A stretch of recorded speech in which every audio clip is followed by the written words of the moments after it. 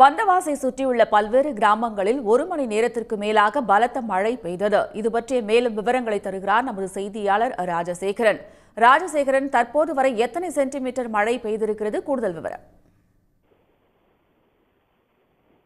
வந்தவாசி சுற்றியுள்ள பல்வேறு கிராமங்களில் அதிகாலையிலிருந்து வானம் மேகமூட்டத்துடன் காணப்பட்டது.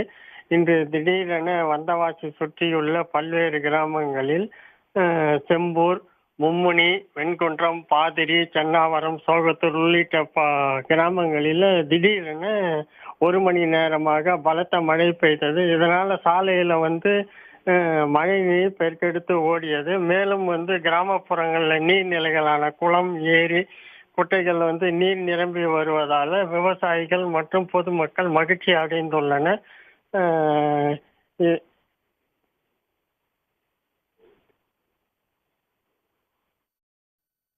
விரிவான தகவல்களுக்கு நன்றி ராஜசேகரன்.